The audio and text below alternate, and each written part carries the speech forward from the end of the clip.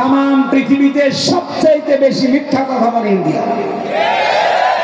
তাহলে 54 বছরে আমাদের বিপক্ষে যারা কথা ছড়িয়েছে তাম দুনিয়ায়, এদেশে নাকি সংখ্যালঘু নির্যাতন হয়, এই মিথ্যা কথা বলে বলে তাম দুনিয়ায় আমাদের কালার করেছে এই দাদারা।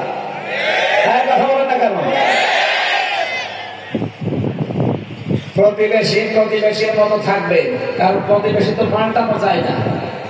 চরিত্র যদি না পাল্টান, আমাদের কাছে চরিত্র শিখে নেই। আমি যে কথা বলেছিলাম যে কোরআন থেকে ওরা হালকা কিছু নিয়েছে, তাই দাঁড়িয়ে গেছে। সুতরাং আমরাও যদি সত্যিই কিছু নিতে পারি, আমরাও দাঁড়িয়ে যেতে পারবো ইনশাআল্লাহ।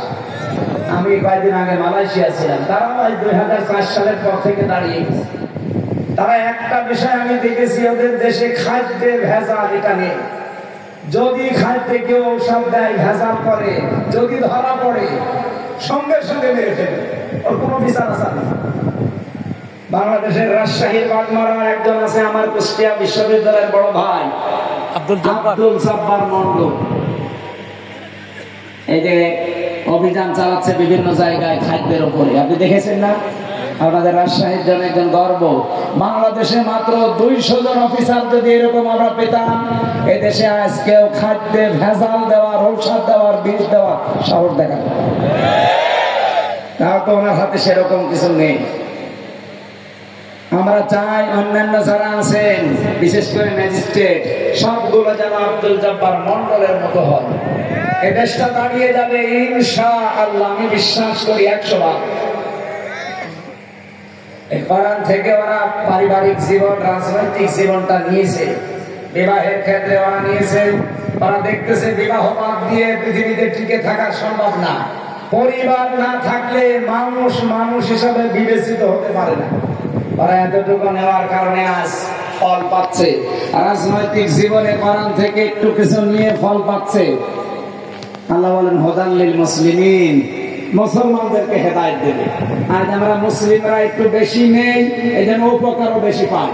সবচাইতে পরিপূর্ণ কল্যাণ পাবে কোরআন থেকে তারা যারা মুত্তাকি। যারা কি আরো জোরে বলেন? এই মুত্তাকি হওয়ার জন্য রমজান এসেছিল, চলেও গেছে। আমরা হতে পেরেছি কিনা আল্লাহ জানে। মুত্তাকি হওয়ার জন্য কি কি লাগবে ওইগুলো আলাদা একটা আলোচনা আছে। আমার বিষয় আজকে সূরা দোহার 3 নাম্বার একটা আয়াত আমরা পড়েছি। এই বিষয়ের উপরে যতগুলো তথ্য আমার জানা আছে আমি ডেলিভারি দেবো ইনশাআল্লাহ, বাস্তবের সাথে মিলিয়ে দেবো ইনশাআল্লাহ। যে আল্লাহ আমাদেরকে রমজানুল মোবারকের পরে শাবানের এই প্রথম জমার দিন, মাগরিবের পর থেকে আপনারা বসে আছেন, এত রাত পর্যন্ত অনুষ্ঠানগুলো করা ঠিক না। অনেক রাত হয়ে গেছে, রাত 11:25 বেজে গেছে।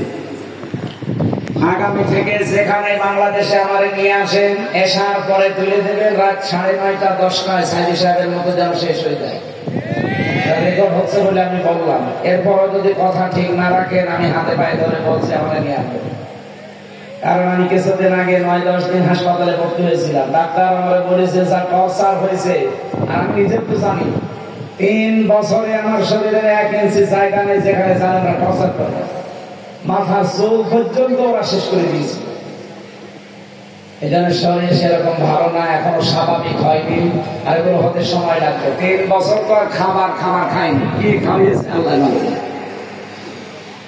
এই জন্য রাত জাগা আমার একেবারেই নিষেধ। বারবার ডাক্তার যত দেখালাম, কত জায়গায় যে ডাক্তার দেখিয়েছি বের হওয়ার পর থেকে, প্রত্যেকের একই কথা, রাত জাগবেন না।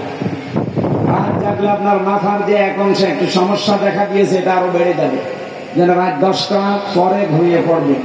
অথচ আজকে এমন একটা কথা, আপনারা এখানে দোলার কথা এখানে এসার পরে, কিন্তু আর এক জায়গায় দিয়ে আমার আটকে রেখেছিল। আমি ওখানে আসর থেকে মাগরিব করে চলে আসবো, এখানে এসার পরে ঘন্টাখানিক করে বাড়ি চলবো না।